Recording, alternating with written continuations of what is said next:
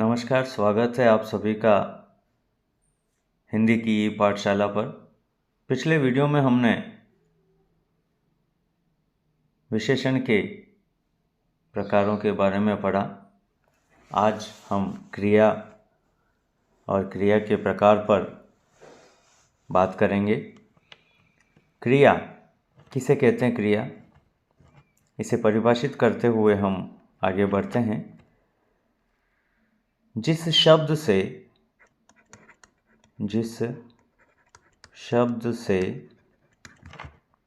किसी काम का करना या होना पाया जाता है, उसे क्रिया कहते हैं।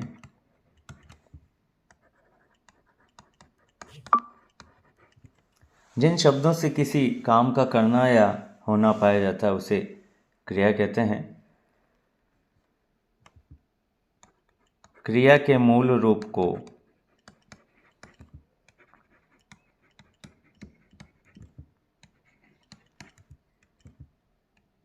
धातु कहा जाता है।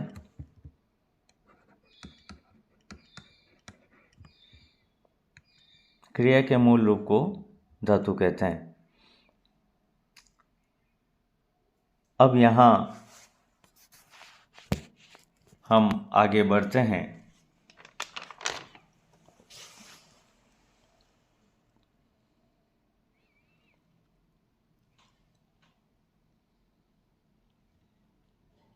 सबसे पहले हम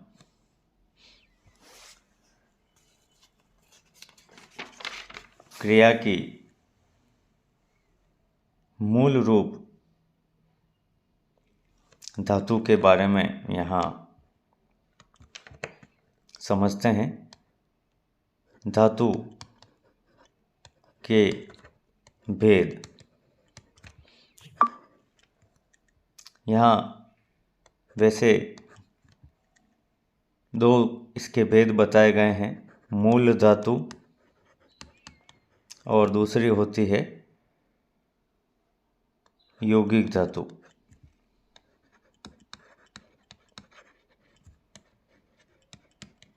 मूल धातु स्वतंत्र होती, किन्हीं दूसरे शब्दों पर आश्रित नहीं होती, और यौगिक धातु प्रत्यय के योग से बनती है। इसको मैं यहाँ आगे लिख देता हूँ। यौगिक धातु हमेशा प्रत्यय के योग से बनती है।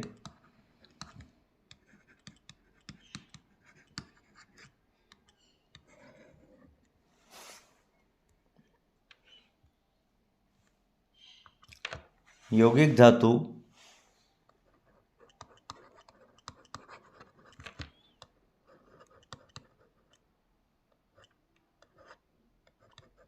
तीन प्रकार से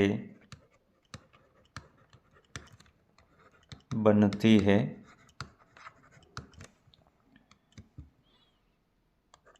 पहला, धातु में प्रत्यय लगाने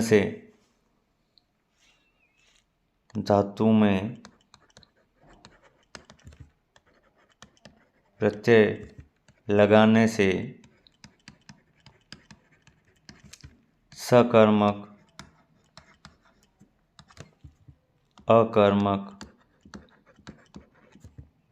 और प्रेरणार्थक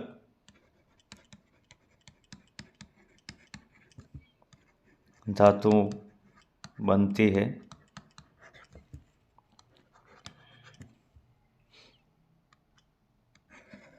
इसके बाद दूसरा प्रकार,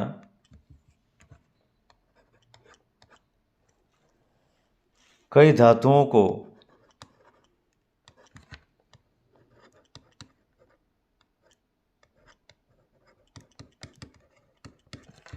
संयुक्त करके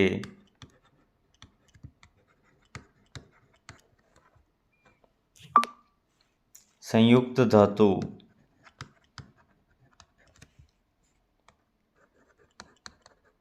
बनती है। तीसरा प्रकार, संज्ञा या विशेषण से नाम धातु बनती है। संज्ञा या विशेषण से नाम धातु बनती है। अब हम बात कर लेते हैं सकर्मक क्रिया। क्या है सकर्मक क्रिया? जिन क्रियाओं के साथ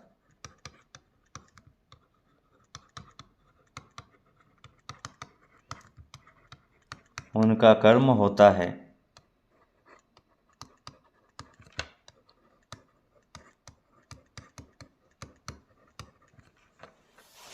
उन्हें सकर्मक क्रिया कहते हैं।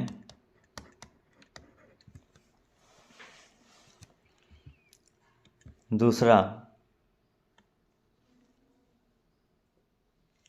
अकर्मक क्रिया।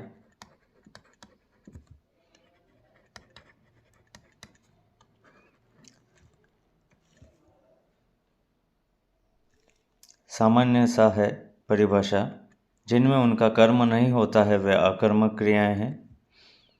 जिन क्रियाओं के साथ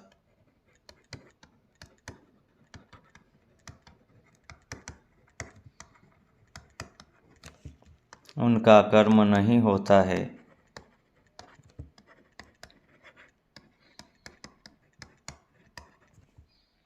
उन्हें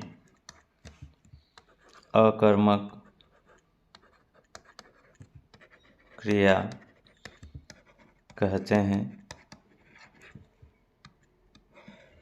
अब बात आती है सकर्मक और अकर्मक की पहचान कैसे की जाए। हम एक छोटे से तरीके से सकर्मक और अकर्मक क्रियाओं की पहचान कर सकते हैं। सकर्मक और अकर्मक क्रिया की पहचान। अब यहाँ हम इसे समझेंगे, कैसे हम इसकी पहचान करेंगे कि वाक्य में क्रिया जो है वो सकर्मक है या अकर्मक है। तो इसके लिए क्रिया पर प्रश्न किया जाए। उदाहरण से समझेंगे हम। प्रश्न के लिए प्रश्नवाचक शब्द लगाए जाए, जैसे क्या, किसे, किसको आदि।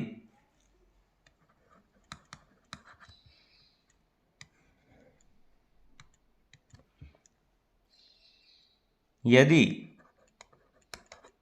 प्रश्न का उत्तर मिल जाता है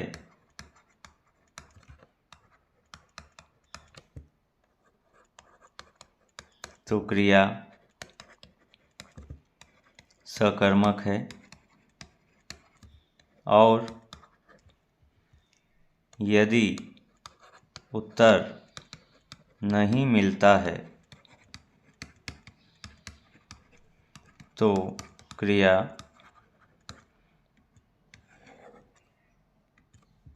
अकर्मक है।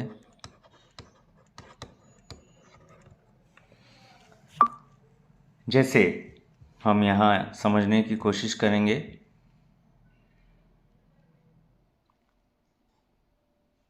राम ने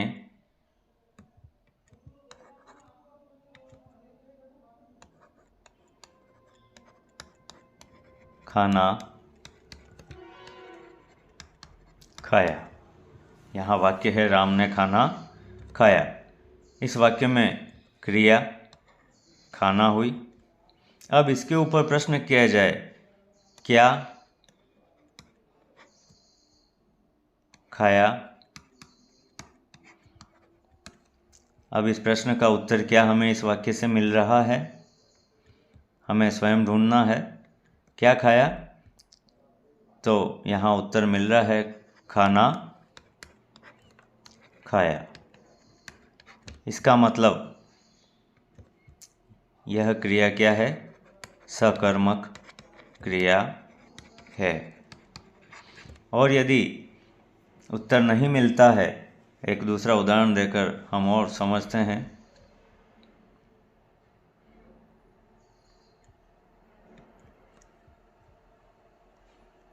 राम गया। वाक्य में क्रिया गया, कहाँ गया, प्रश्न बना। क्या इसका उत्तर इस वाक्य में है?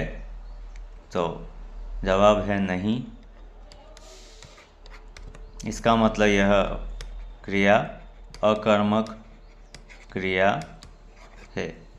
इस प्रकार से हम क्रिया पर प्रश्न करके सकर्मक या अकर्मक की पहचान कर सकते हैं। अब हम आगे समझते हैं प्रेरणार्थक क्रिया क्या होती है।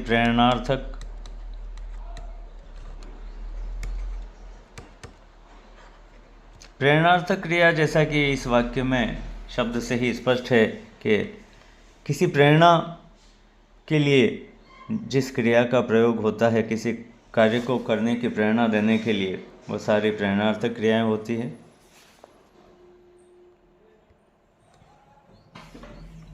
यहाँ हम परिभाषित करते हैं जिन क्रियाओं का से इस बात का बोध होता है कि कर्ता स्वयं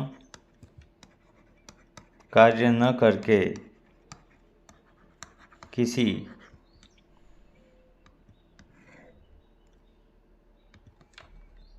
दूसरे को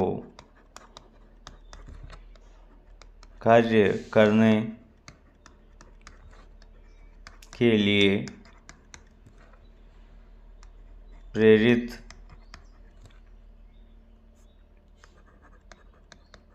करता है, वे प्रेरणार्थक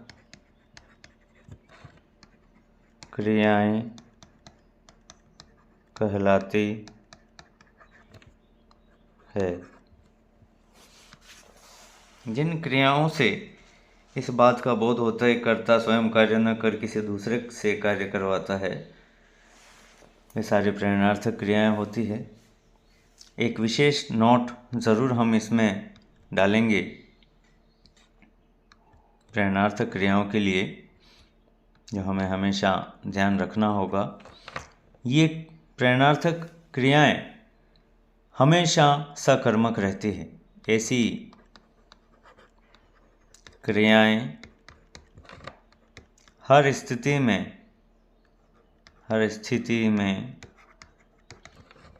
सकर्मक रहती है।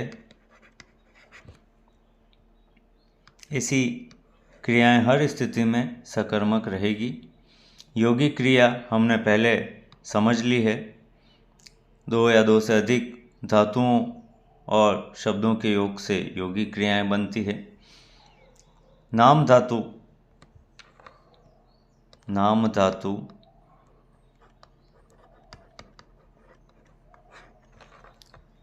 हमने पहले इसको देखा, संज्ञा या विशेषण से बनती है। जो धातु संज्ञा या विशेषण से बनती है,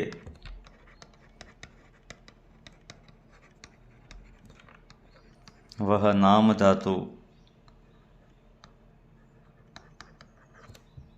कहलाती है।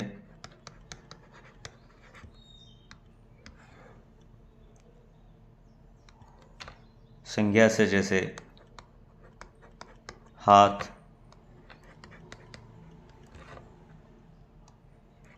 नाम धातु क्रिया बनेगी हथियाना। विशेषण से चिकना, चिकनाना, इस प्रकार से इनका रूप चलेगा।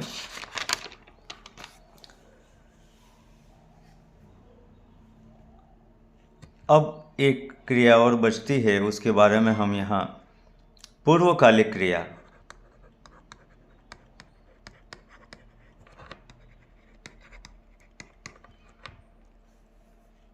पूर्वकालिक, पूर्वकाल मतलब पहले से होने वाली क्रिया से तात्पर्य है। यहाँ हम इसे परिभाषित करें तो किसी पूर्ण क्रिया के, किसी पूर्ण क्रिया के पहले आने वाली अन्य क्रिया को पूर्वकालिक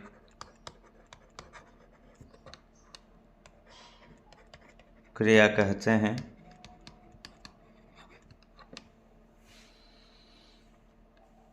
किसी पूर्ण क्रिया के पहले आने वाली अन्य क्रिया को पूर्णकालिक क्रिया कहते हैं। इसकी पहचान लगभग धातु के बाद कर लगने से होती है। धातु के बाद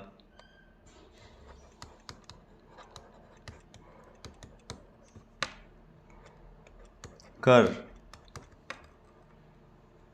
लगाने से पूर्वकालिक क्रिया बनती है। जैसे मैं नहाकर मंदिर गया। अब जाना पूर्णकालिक क्रिया है, लेकिन उसके पूर्व आई है क्रिया नहाना, तो इसलिए इसके बाद में कर लगा है। ये इसकी पहचान को स्पष्ट करता है कि नहाकर, इसका मतलब ये क्रिया कौन सी है? पूर्वकालिक क्रिया है। आशा है क्रिया पर बहुत सारी चीज़ें आपकी स्पष्ट हो गई होगी। मिलते हैं अगले प्रकरण में अगले वीडियो के साथ। वीडियो को ज़्यादा से ज़्यादा शेयर करें। धन्यवाद।